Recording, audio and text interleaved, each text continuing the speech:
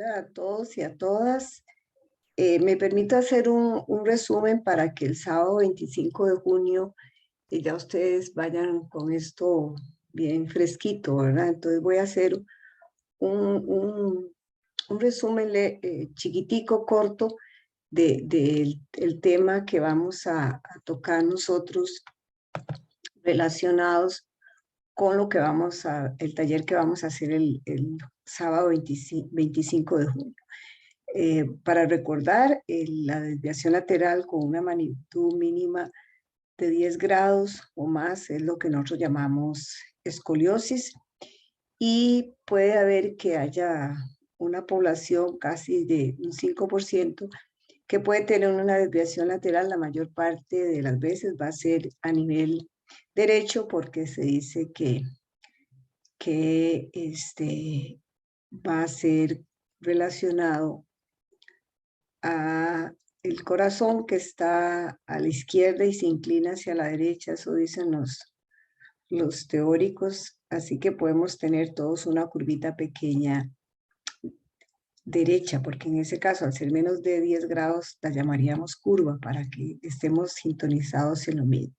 Recuerden nada más la clasificación de la escoliosis, que la podemos dividir por etiología. La idiopática constituye prácticamente el 80% de las deformidades que nosotros vamos a encontrar en el plano frontal, que también es otra cosa que yo quiero que ustedes empiecen a tener como parte de, de su lenguaje, ¿verdad? De tener bien claro cuál es el plano frontal o coronal, cuál es el plano sagital y cuál es el transverso. Entonces la idiopática es casi un 80% de lo que nos va a llegar a nosotros. Las congénitas, que ya todos sabemos que siempre lo tenemos que tener cuidado de que pensemos en cualquier anomalía a nivel cardíaco o geniturinario, y que por eso el eco y el ultrasonido, para descartar cualquier alteración en estos niños, o incluso no dejar de preguntar si no tenemos acceso a ultrasonido, a eco, hay alguna sintomatología, o buscar algún signo que nos haga pensar en alguna alteración. Entonces el oír el corazón en estos pacientes es importante, y las neuromusculares, que aquí las vamos a meter todas en un solo saco, que son los chiquitos con parálisis infantil o secuelas de poliomielitis, mielomeningocele y distrofia musculares.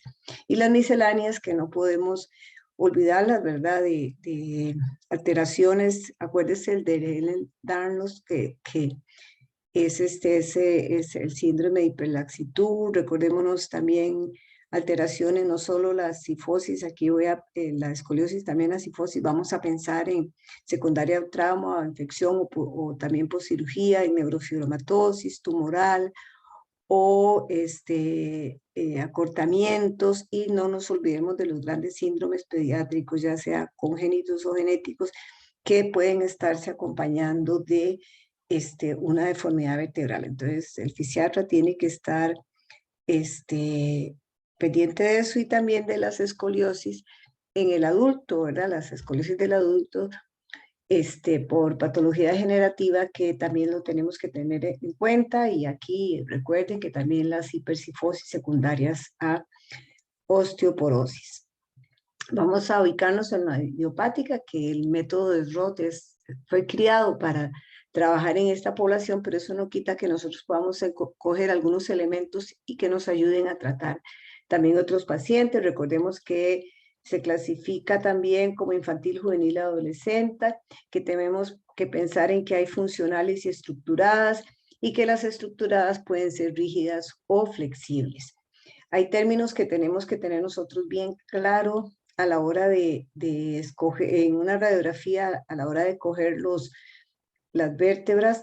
Y hay cosas que sí son de mucho peso para el cirujano ortopedista que va a intervenir quirúrgicamente, pero nosotros tenemos que tener bien claro estos términos. Están allí: la vértebra neutra, la vértebra, el ápex, o la vértebra vértice, que es importante, porque a la hora de hacer los SROT, tenemos que tener bien claro dónde es que nosotros vamos a tratar de hacer la desrotación y dónde vamos a hacer la traslación de esa fuerza lateral hacia la línea media. Entonces es importante, y también para la hora de decirle a un ortesista dónde es que queremos que se nos haga la mayor fuerza.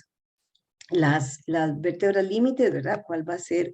O apical, que a veces se encuentra uno este término en el lenguaje anglosajón y que a veces confunde un poco en el español, pero las vértebras límite tal vez es como un término más limpio para decir el extremo superior y el extremo inferior, y que va a tener sus características. La curva, conceptos como curva mayor o primaria, ¿verdad? Se considera que es la que mide más y que puede ser estructurada, pero también en la clasificación del ENQE vamos a ver que en las 5 y en las 6 no necesariamente pueden estar estructuradas. Entonces también con esto pues hay un poquito de diferencia. Y la curva menor pues son aquellas que van a encontrarse con menos grados, pero y que también, porque uno tiene el concepto, perfectamente pueden ser estructuradas también. Esto es lo que estamos hablando. El APEX es lo que me interesa desde el punto de vista de SROT, saber dónde es que cuando hacemos la traslación y hacemos la desrotación, siendo la vértebra apex la que va a estar con más rotación, generalmente recuerden a la concavidad, porque si lo hace contrario, más bien es un factor de buen pronóstico. La columna se está resistiendo a irse a esas fuerzas que la llevan a aumentar la curva. Entonces es importante que tengamos en cuenta esto y a la hora también de prescribir un corsé.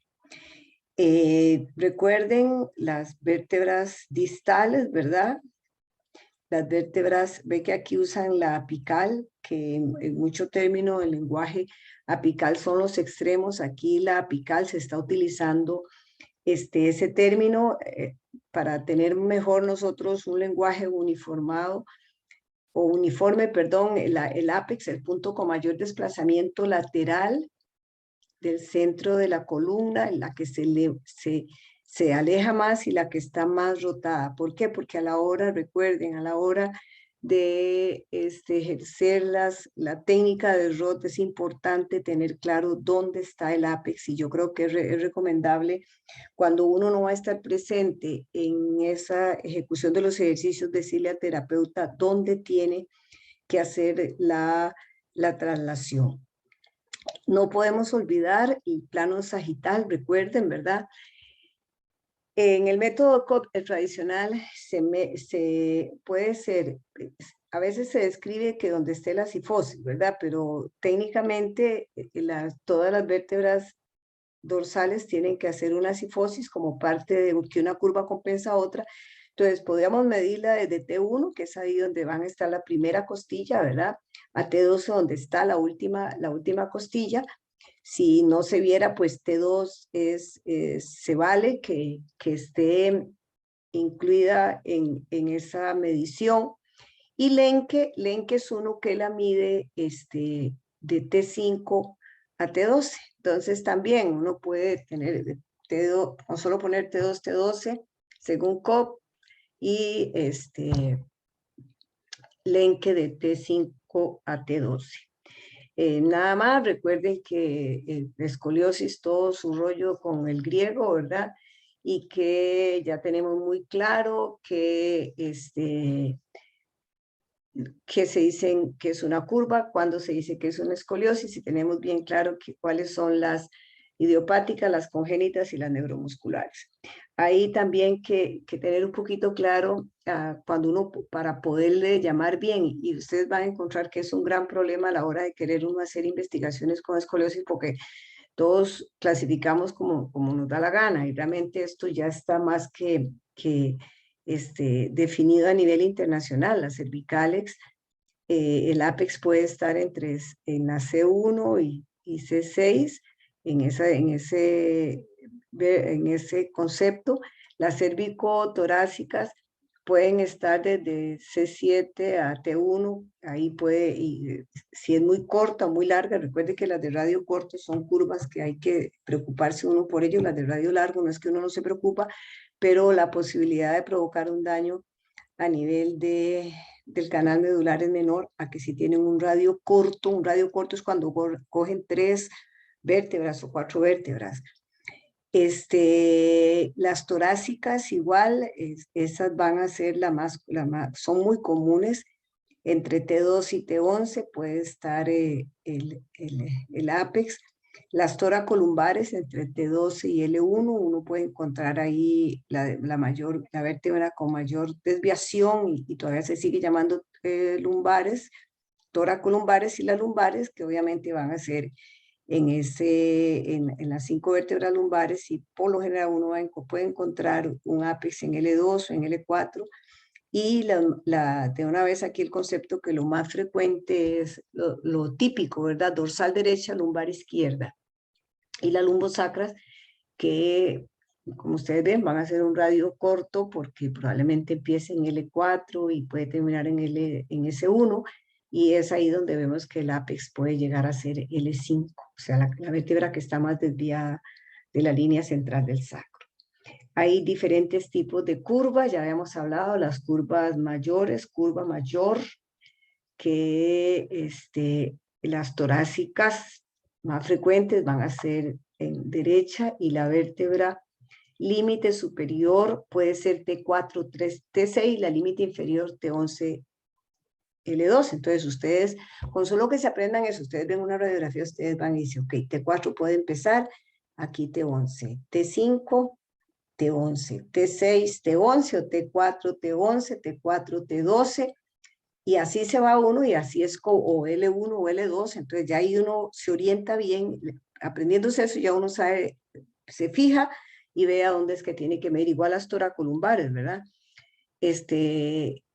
Igual derechas, pueden ser derechas, y la vértebra límite superior puede encontrarla uno en T5, T6, y puede encontrarla inferior tan baja como la L1, L3.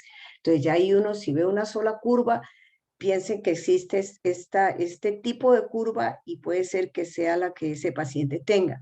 Y las lumbares, la izquierda, que ya habíamos dicho, la puede empezar, aunque teníamos una nomenclatura diferente anteriormente, pero uno puede ver que hay que fijarse en esa vértebra T11 y valorar hasta dónde puede llegar la vértebra límite inferior, porque recuerde que aquí podemos ya estar metiendo la lumbosacras toracolumbares. Si vienen de la límite inferior L1, L3, delante de esta toracolumbar, pues entonces puede entrecruzarse, por así decirlo. Entonces es importante que tengamos nosotros más o menos una perspectiva de dónde a dónde puede venir una torácica, de dónde a dónde una toracolumbar, y de dónde a dónde una lumbar, para uno orientarse con ese paciente y tomando esos números de esa vértebra, ver y decir, hacerse para adelante, hacerse para atrás y ver a ver, y si hay que volver a borrar, se borra, pero generalmente la mayoría van a estar siguiendo esta recomendación, uno las va a medir correctamente. También hay la clasificación, las curvas mayores o dobles mayores, ¿verdad? Que pueden ser torácicas más lumbares. Y vean aquí, la convexidad torácica, igual, por ser la más frecuente derecha, la vértebra superior. Recuerde que todo hay que fijarse bien, en la T4, T5, T6, y la inferior en T11, T12. Siempre hay que pensar en eso. La lumbar izquierda en T11 y la L1 hasta L4, ustedes ir viendo cada una de esas vértebras, ver cuál está más inclinada, cuál ha cambiado su morfología en la concavidad, la vértebra por vértebra, y en la convexidad. Las dobles torácicas, igual podemos encontrar la izquierda, donde es más alta. Vean que aquí la vértebra límite superior está en T1 y la límite inferior está en T6. Entonces nunca, dependiendo la calidad de las placas, ¿verdad? Esa es otra cosa. Porque puede ser que porque es importante en el ROT, porque si yo encuentro una curva torácica superior izquierda, yo tengo que analizar si yo le voy a permitir a ese niño o a esa niña que el posicionamiento de brazo libre o si se lo tengo que restringir. Entonces, es importante tener en cuenta eso. La torácica, que sería la compensatoria, una inferior derecha, igual. Recuerden que T5, T4, T6 son básicas para pensar en eso, y T12, como esas límites, esas vértebras límites, y una compensatoria lumbar izquierda. Pero aquí en las dobles lo que me interesa es eso. En ese caso, en el posicionamiento del brazo derecho podría ser el que llamamos nosotros tradicional desrod, y ahí no podría hacerme este diagonal. No sería lo recomendable hacerlo. Entonces, esas son de las, ahí estaríamos viendo una jiba de hombro izquierda, una jiba de hombro izquierda, que es un concepto que los que manejamos cerro tenemos que tener bien claro a la hora de ejercitar a un paciente, sobre todo cuando está creciendo. Las torácicas más las toracolumbares, que son también, no son despreciables las que se ven. Va a empezar derecha, que puede ser altillas, vean, T1 y T7. Entonces tenemos una jiba alta y otra tola columbar que viene de T7 a L2, y que ahí también ese concepto de jiba de hombro en este tipo de curva tenemos que tener pendiente para decirle al terapista en este caso, esa torácica más toracolumbar, donde la torácica empieza tan alta, T1 a T7, ese sería el mismo concepto. Hago el concepto de que con el brazo izquierdo lo tengo en escuadra, el que llamamos nosotros el anatómico normal de Roth, y con el otro si no permito que se vaya en diagonal. Ese paciente tendría que estar con la exposición de los brazos, que lo vamos a ver en el taller, de la forma, y yo soy el que le tengo que decir al terapista físico, porque yo soy el que tengo el concepto de por qué esa curva yo no le puedo trabajar los brazos, como vamos a ver más adelante en el transcurso de las otras charlas, la posición de los brazos, sobre todo en niños que están en crecimiento. Quiero hablar nada más de dos cositas, porque van a encontrarse en los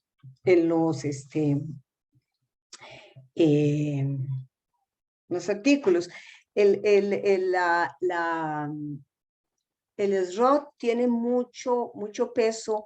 La clasificación de King ya no se usa, esa clasificación de King no se usa, pero ha ayudado mucho en el concepto del tipo de los ejercicios de SROT. Entonces, solo para que ustedes sepan, son 5 clasificaciones.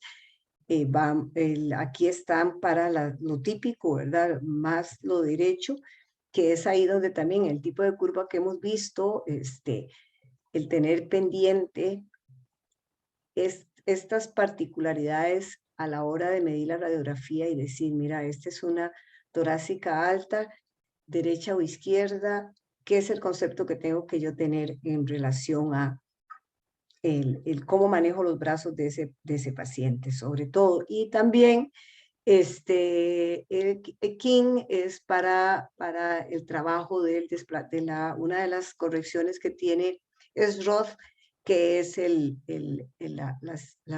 hacia dónde muevo la pelvis. Entonces solo quiero que sepan que existen esas clasificaciones, por si lo ven en los artículos. Ya está, no se usa, porque la que se usa es la de Lenke, que Lenke tiene, son tres conceptos de Lenke, que es identificar la curva primaria, ¿verdad? Que yo les decía que no necesariamente la curva principal todo el tiempo tiene que ser estructurada. En la clasificación de Lenke sí es, que ven que son 6 tipos aquí, en esta sí hay una que no es estructurada. Hay otro, el otro paso es el modificador ABC, que es ver si la línea central del sacro, que ustedes la miden con la plomada, pasa por el puro centro de la vértebra distal, de la más distal, que forma parte de la curva, ya sea torácica, lumbar, va a estar siempre la curva, una curva, aunque sea pequeña a nivel lumbar, siempre va a existir, aunque sea esta anterior aquí, que ustedes ven aquí está grande, torácica, ven que L5 está incluida en la vértebra, siempre, ellas siempre van a estar ahí, van a existir. Entonces, el Lenke lo que hace es, vamos a ver, este es el modificador del Lenke, y él lo que hace es ver la relación que tiene la línea central del sacro con S1 y L5. Y si pasa por el centro, si pasa raspándola o si pasa alejada, es como se va clasificando. Y la otra manera, que es una de las cosas que antes no se tomaba en cuenta cuando se operaban las columnas, era también lo sagital. Pues no es que se esté haciendo mucho ahorita, que no es que sea como lo usual, porque esos chiquitos pueden tener lo que es la hipocifosis, ¿verdad? Que aquí se mide con el ángulo de Cobb, que es el que se conoce, pero ve que Lenke lo mide de T5 a T12. Si es menos de 10, se pone hipo. Si es más de 40, entre esta y esta vértebra, se pone como hiper, o sea, una hipercifosis, y lo normal sería de 10 a 40. Entonces, Lenke, recuerde, lo que quiero es que estoy en eso porque para SROT no tiene peso, excepto por el modificador hacia donde yo tengo que tirar la cadera. Pero esto es más netamente el Lenke, es algo que están utilizando para la parte quirúrgica. Bueno, ya ustedes saben, ¿verdad? Esto es de conocimiento de todos ustedes. Entonces, ¿por qué es importante? Porque es ahí donde uno tiene que decir, hablar seriamente con los papás y con los chiquillos, hacer un trato con ellos y decirles, bueno, vamos a trabajar duro para evitar que se llegue a una cirugía, pero también yo siempre soy muy liberal en eso, ¿verdad? No podemos andar con una pistola detrás de los chiquillos, pero sí tener nosotros bien claro el riesgo que se tiene. Dependiendo, esto hay que verlo con mucha lupa, ¿verdad? Porque puede ser que una chiquilla ya tuvo la menstruación a los 10 años y a los 12 años ya terminó de crecer. Entonces, hay ciertas cosas que tenemos muchas de las clasificaciones que hay. Entonces, al que le gusta eso es como ir estudiando y estudiando uno, y con todo eso, pues sacar algunas conclusiones que son las que uno tiene que trabajar con los papás y con los chiquitos sobre todo. No podemos dejar de lado el niño, hablarle a la niña o al niño directamente en relación a lo que está pasando y la importancia de la adherencia al ejercicio y al corsé, si es el caso. Todos ya sabemos lo del RISER. Recuerde que cuando no podemos ver bien esto, ¿verdad? Porque si hay mucha hiperlordosis o una hipolordosis, el rayo entra de manera inadecuada, a veces uno no puede ver, pero recuerde que tenemos otras ayudas, ¿verdad? Donde vemos aquí que aunque tengamos la duda si es un RISER 0 o un RISER 5, uno dice, no, pero estas no ha concluido aquí el crecimiento. Igual puede ayudársele uno a nivel del húmero, también es una manera de uno buscar el crecimiento de ese chiquillo, ¿verdad? Recuerden el RISER, que es importante, que para nosotros los fisiatras hay que conocerlo para ver la posibilidad de que esa curva crezca, que aparte de la edad que vimos anteriormente, vean aquí con el RISER, ¿verdad? O sea, y aquí eso es lo recomendado, pero igual uno ha cambiado, y ya yo en tantos años de ver escoliosis ya hay algunas en que digo yo ni me voy a hacerle caso a la SOSOR, ni le voy a hacer caso a la de escoliosis americana, sino me voy a hacer caso a mí misma, y hacemos cosas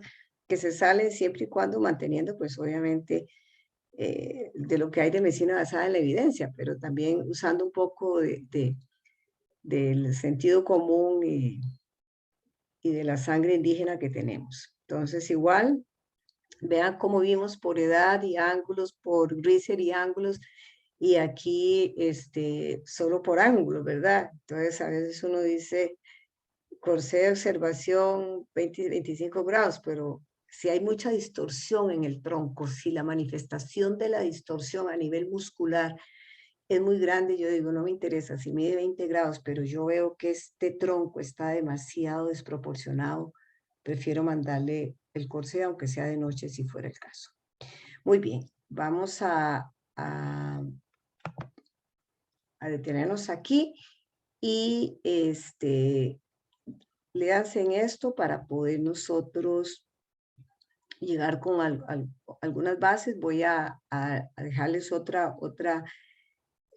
grabación para ir adelantando y de esa manera llegar más a la práctica que a